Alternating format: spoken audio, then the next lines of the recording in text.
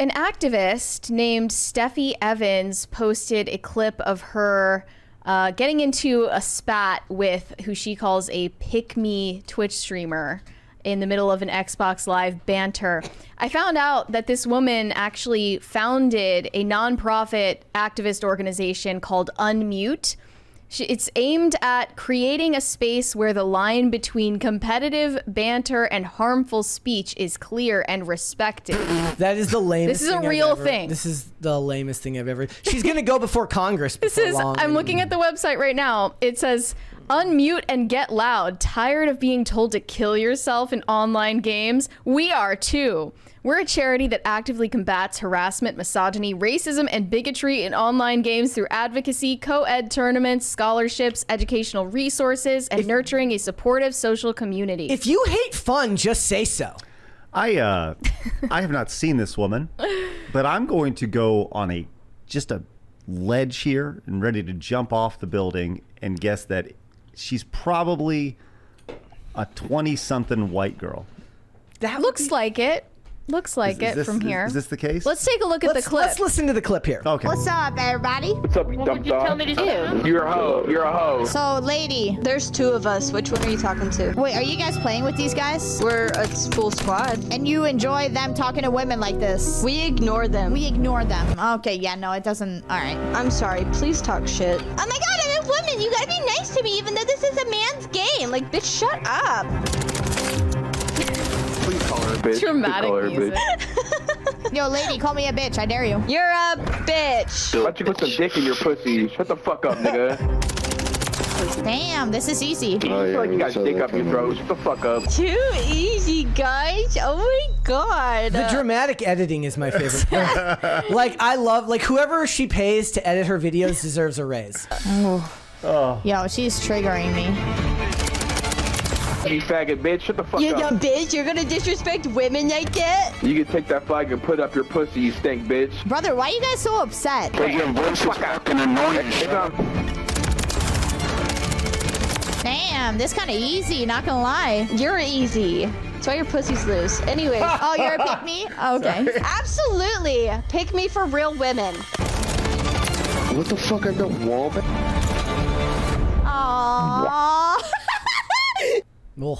Okay. So she said, "I went against this pick-me Twitch streamer, Simply Shroomy, who sadly streams off Xbox, so we can't hear her teammates on her live. But after this game, she found out who I was, ended her live stream, and had her mods beg mine in DMs not to report her or make a video on her. So of course, I had to make a video on her.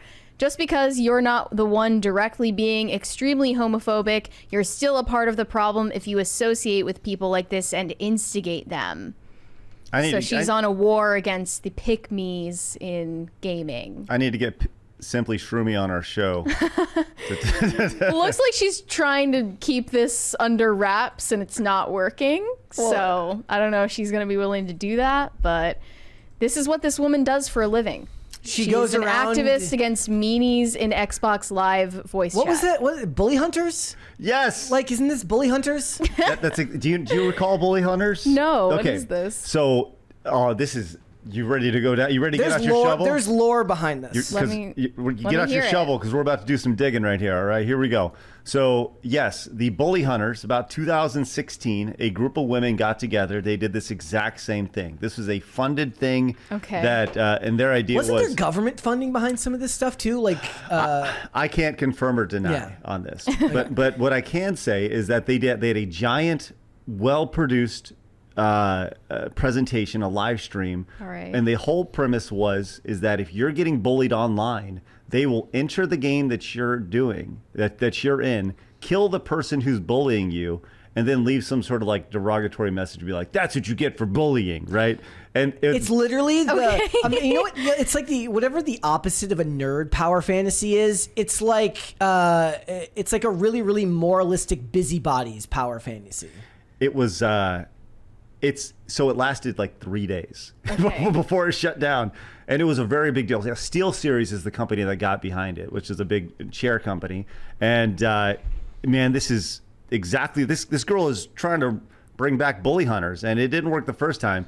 I think it's phenomenal. This is great stuff. This is the world that they live in now. Like you're not allowed to have the space where you're allowed to operate in the way you want to operate. Some moralistic person has to come in and yell at you for existing in a space that's different than the one that they would prefer to be in. And it's hilarious. We got a 20 from Zach. Cash Cab OG aired on Discovery. You couldn't go past your destination to continue the game.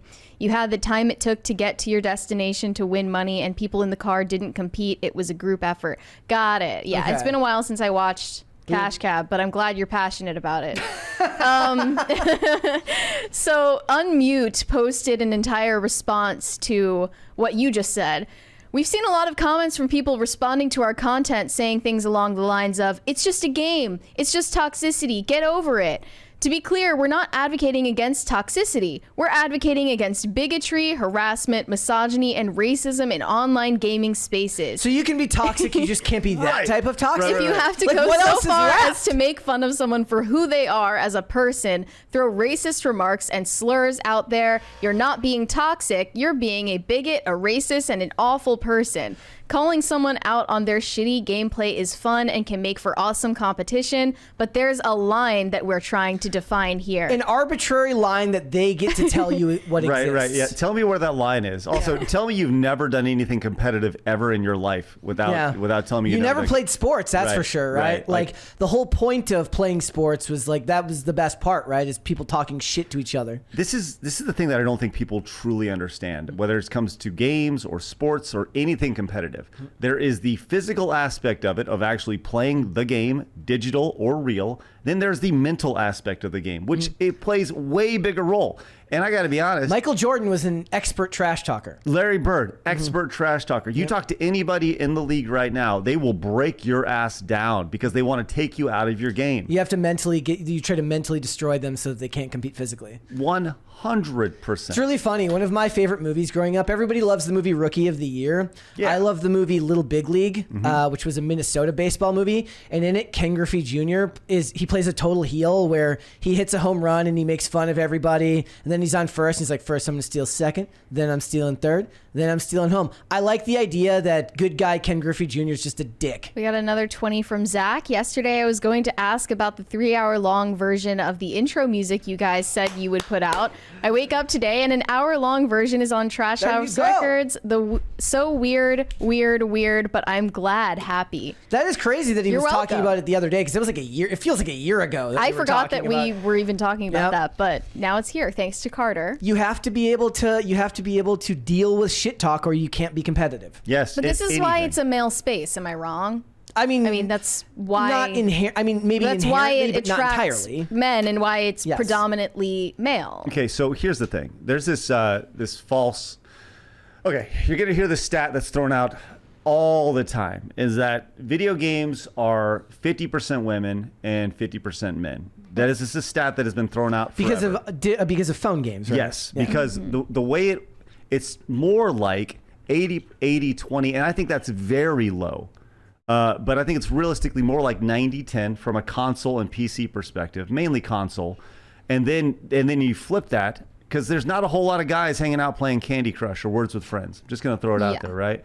Because I think the demographics switch, but it's all lumped into one big pot. So that's how you get the 50-50 split right here. So, but in a situation like you're playing Call of Duty, yes, I would say the demographic very much in that game is males 18 to 29. I think Activision will tell you that. Yeah. Yep. There's a response video that she posted in that thread if you have it. Is it this There. one right here? Yeah. It's like 8 minutes long. Oh, we're Yeah. not even bothering. What's up, everybody? I'm not watching any Dumb video. Props to her editor though for doing a fantastic job of like weaving that in together. This is just the worst type of person with Yep. the most time on their hands. I know that it's not enjoyable for some people to be in that type of environment, but it's entirely your choice. And there are so many, like, how can you be talking about Xbox live chats when there's a genocide going on in Gaza? But genuinely, though, there are bigger problems to worry about.